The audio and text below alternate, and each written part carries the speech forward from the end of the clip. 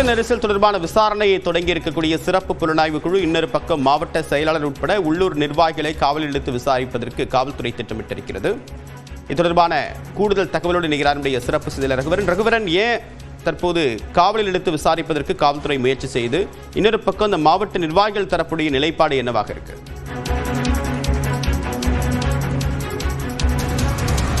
உயர்நீதிமன்றம் அமைத்த சிறப்பு விசாரணை குழுவினுடைய இரண்டாவது நாள் விசாரணையானது இன்று தொடங்கி இருக்கிறது.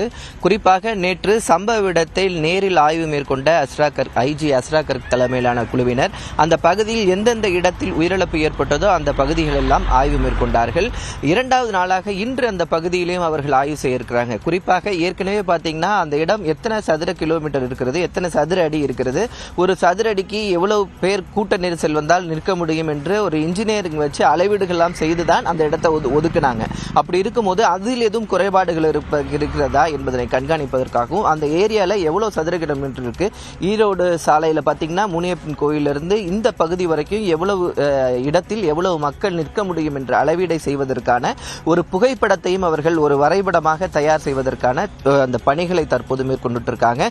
குறிப்பாக இன்று பாத்தீங்கன்னா இந்த விருந்தினர் மாளிகையில அதிகாரிகள் தங்கி அவர்களுடைய ஆலோசனைகளை மேற்கொண்டு இருக்கிறார்கள். குறிப்பாக இன்று மேலும் பார்த்தீங்கன்னா இந்த கைது செய்யப்பட்டிருக்கக்கூடிய மாவட்ட செயலாளர் மதியழகன் மற்றும் நிர்வாகி பவுன்ராஜ் ஆகியோர் இருவரையும் பார்த்தீங்கன்னா காவலில் எடுத்து விசாரிக்கவும் இவர்கள் திட்டம் வைத்திருக்கிறார்கள். ஏன்னா நேற்று ஜோஸ் தங்கையா மாவட்ட காவல் கண்காணிப்பாளரிடமும் இது பற்றி விளக்கமான அஸ்ராகர் அவர்கள் நேரில் சென்று பேசி வந்தார். குறிப்பாக இந்த தாவேகாவினுடைய மீட்டிங்க்கு என்னென்ன நிபந்தனைகள்லாம் கொடுக்கப்பட்டது, அவர்களுக்கு எவ்வளவு மக்கள் தொகை வருவார்கள் என்று அவர்கள் கேட்டார்கள்.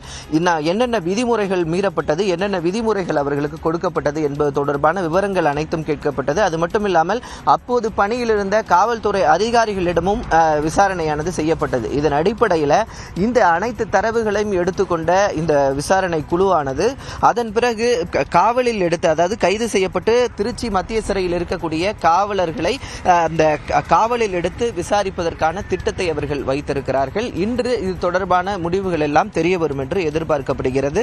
இன்று இரண்டாவது நாளாக அந்த விசாரணை குழுவினுடைய விசாரணை தொடர இருக்கிறது. உங்களுடைய விரிவான தகவலுக்கு நன்றி ரகுவரன்.